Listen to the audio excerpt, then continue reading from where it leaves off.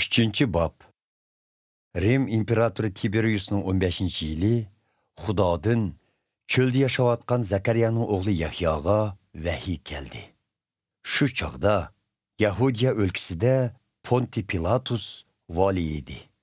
Herodxon Galiliya o'lkasida Herodxonning inisi Filipxon Ituriya va Troxonitis o'lkalarida, Lisaniyasxon Abilini o'lkasida hokimiyat yurgizayotdi.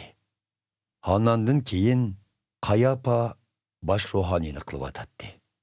Xudodan kelgan vahiy bo'yicha Yahyo payg'ambar Iordan daryosi vodisiga rayonlarni kezib yurib, yomon yo'llaringlardan yenib tavba qilinglar. Tavba qilganliginglarni bildirish uchun cho'mildirishni qabul qilinglar. Shunda qilganda Xudo sizlarni kechirim qiladi, deb jakarladi. Bu haqda Yashaya payg'ambar muqaddas yozimlarda mundaq deb yozgan edi. Bayavanda bir kishi dilinglarni Rabbimizning kelishiga tayyor qilinglar. Uning yo'llarini tuz qilinglar. Jilg'lar to'ldirildi. Cho'ng-kichik tog'lar paslitildi. Agri yo'llar tuzlanadi. Egiz pas yo'llar tekshilinadi. Shundaq qilib, bütün inson Xudoning qutqizish yo'lini ko'ralaydigan bo'ladi, deb tovlaydi.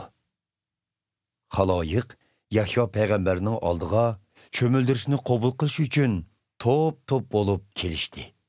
Biroq Yahyo payg'ambar ularga: "Ey soxtbaz ilalloh, tavba qilmay, Xudodan keldigan g'azabdan qechib qutulish uchun cho'mildirishni qabul qilayli deganinglar qandoq gap? Agar gunohlarimizga tavba qildik desanglar, uni harakatinglar bilan isbotlanglar. Uning ustiga o'zinglarcha biz İbrahimning avlodi bo'lganligimiz uchun Xudo gunohlarimizni cho'qim kechirdi deb o'ylab yurmanglar. Xudo bovimiz İbrahimga mushu toshlardanmi farzandlarni yoritib beralaydi. Palta daraxtning yiltizga yaqinlashgandek Xudoning g'azabi endi sizlarga yetib kelish oldida. Yaxshi meva bermaydigan daraxtlar kesilib o'tqa tashlandi, dedi. Ko'pchilik uningdan: "Undaqda biz qanday qilishimiz kerak?" deb so'radi. "Ikki qur kiyimi borlar, bir qurini yo'qlarga bersin. Yeydig'ini bolami, shundoq qilsin", deb javob berdi Yahyo payg'ambar. Xalqni gollaydigan ba'zi bojgirlarmi cho'mildirishni qabul qilg'ili Yahyo payg'ambarning oldiga kelib, "Ustoz, biz qanday qilamiz?" deb so'rdi. "Belgilangandan ortiq boj olmanglar", dedi Yahyo payg'ambar ularga. Ba'zi lashkarlarmi uningdan: "Biz-chu, qanday qilishimiz kerak?" deb so'rashdi. Yahyo payg'ambar ularga: "Boshqalarning pulini zo'rliq yoki tuhmatlar bilan elib olmanglar. Ish haqqinglarga rozi bo'linglar", dedi. Xalq qutqizuvchi Masihning kelishini umid bilan kutmoqda edi. Hammaylar Yahyo payg'ambarni ko'rib, ichida qutqizuvchi mushu kishimidi deb o'ylashdi.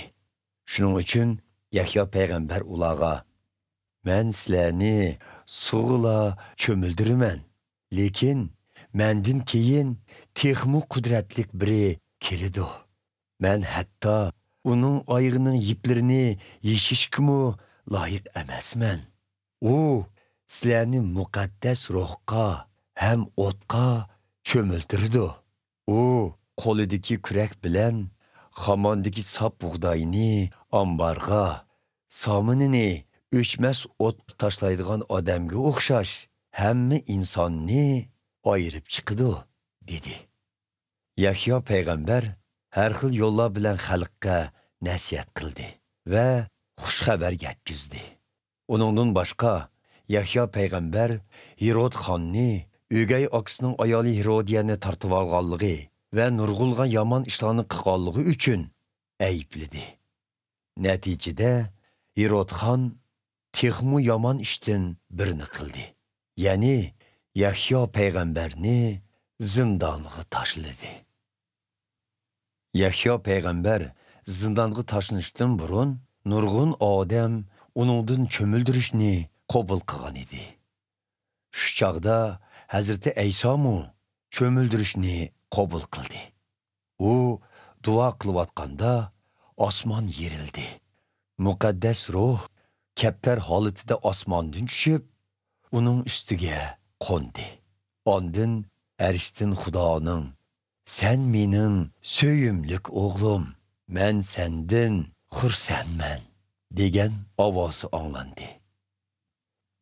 Hazreti Ayso Xudo yo'lda xizmat qilishga kirishgan vaqtda 30 yoshlarda edi. Kishilarning nazarida u Yusufning o'g'li edi. Yusuf Elining o'g'li. Eli Mattatning o'g'li. Mattat Lavining o'g'li. Lavi Malkining o'g'li. Malki Yannayning o'g'li. Yannay Yusufning o'g'li. Yusuf Matatiyaning o'g'li. Matatiya Amosning o'g'li. Amos Nahumning o'g'li. Nahum Heslining o'g'li. Hesli Nag'ayning o'g'li. Nag'ay Mahatning o'g'li. Mahat Matatiyaning o'g'li. Matatiya Shimining o'g'li. Shimi Yosixning o'g'li. Yosix Yudaning o'g'li. Yuda Yuananning o'g'li. Yuanan Risaning o'g'li. Risa Zerubabilning o'g'li. Zerubabil Shaltiyelning o'g'li. Shaltiyel Narining o'g'li. Nari Malkining o'g'li. Malki Adining o'g'li. Adi Qosamning o'g'li. Qosam Yelmadamning o'g'li. Yelmadam Yerning o'g'li. Yer Yashuning o'g'li. Yashu Eliyazarning o'g'li. Eliyazar Yorimning o'g'li. Yorim Mattatning o'g'li. Mattat Lavining o'g'li. Lavi Shimonning o'g'li. Shimon Yahudaning o'g'li. Yahuda Yusufning o'g'li. Yusuf Yonamning o'g'li. Yonam Elyaqimning o'g'li. Elyaqim Meliahning o'g'li. Meliah Mannanning o'g'li. Manna Matataning o'g'li. Matata Natanning o'g'li. Natan Davudning o'g'li. Davud Yishayning o'g'li. Yishay Obidning o'g'li. Obid Boazning o'g'li. Boaz Salmonning o'g'li. Salmon Nahshonning o'g'li. Nahshon Aminadabning o'g'li. Aminadab Ramning o'g'li. Ram Yesronning o'g'li. Yesron Paresning o'g'li. Pares Yahudaning o'g'li. Yahuda Yaqubning o'g'li. Yaqub İshaqning o'g'li. İshaq İbrahimning o'g'li. İbrahim Terahning o'g'li. Terah Nahorning o'g'li. Nahor Serohning o'g'li. Seroh Rag'uning o'g'li. Rag'u Pelagning o'g'li. Pelag Eberning o'g'li. Eber Shalahning o'g'li. Shalah Qenanning o'g'li. Qenan Arpaqshadning o'g'li. Arpaqshad Samning o'g'li. Sam Nuhning o'g'li. Nuh Lamikning o'g'li. Lamik Metushalahning o'g'li. Metushalah Hanuhning o'g'li. Hanuh Yaretning o'g'li. Yaret Mahalalilning o'g'li. Mahalalil Qenanning o'g'li. Qenan Enoshning o'g'li. Enosh Shitning o'g'li. Shit odam otining o'g'li. Odam oti bo'lsa Xudoning o'g'li edi.